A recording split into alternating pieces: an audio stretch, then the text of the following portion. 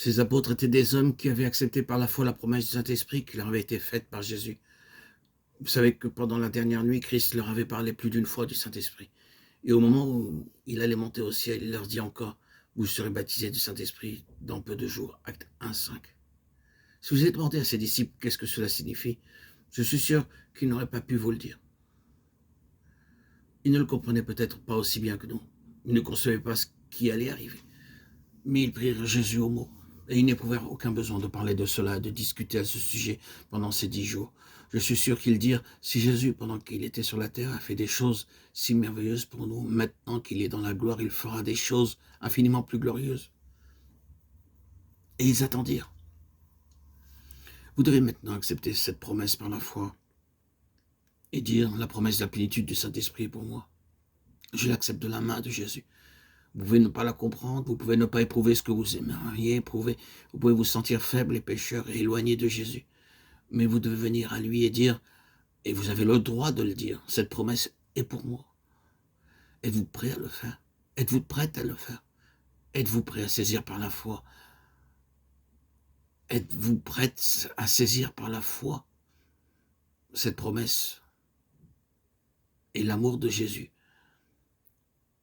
Vos cœurs sont-ils disponibles, ouverts, réceptifs à l'amour de Dieu? Êtes-vous prêt à renoncer à vous-même, à renoncer à votre moi, à votre ego, à tout ce qui vous appartient pour le céder à Jésus? Je suis sûr qu'il y a de nombreux croyants qui luttent pour trouver ce qui leur manque, qui se sont donnés à Jésus entièrement et de tout leur cœur, et qui l'aiment vraiment, qui ont cherché à s'humilier dans la poussière. Mais ce qui leur manque, frères et sœurs en Christ, c'est qu'ils n'ont pas appris à dire simplement « Il l'a promis et il le fera ». Il fera des choses infiniment plus glorieuses pour nous, plus bénéfiques que tous nos biens,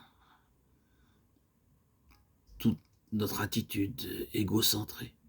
Permettez-moi de vous dire, pour vous encourager, que lorsque vous avez une promesse de Dieu, elle est valable autant qu'un accomplissement. Une promesse vous met en contact direct avec Dieu. Honorez-le en croyant à sa promesse et en lui obéissant. Et si vous avez encore besoin de quelques préparations, de le sait. Et s'il y a quelque chose qui doit vous être révélé, il le fera. Si vous comptez sur lui pour le faire, croyez en sa promesse et dites sa plénitude du Saint-Esprit est pour moi.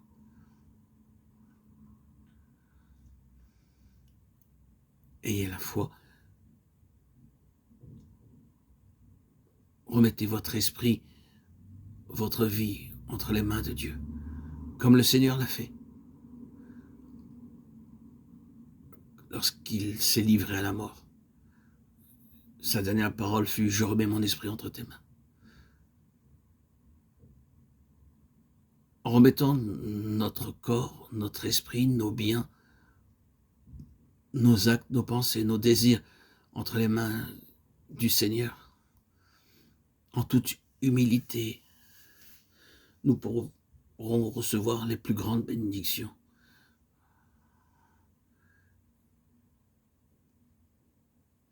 Le Seigneur cherche notre élévation. Il nous faut pour cela nous diminuer, pour qu'il grandisse en nous.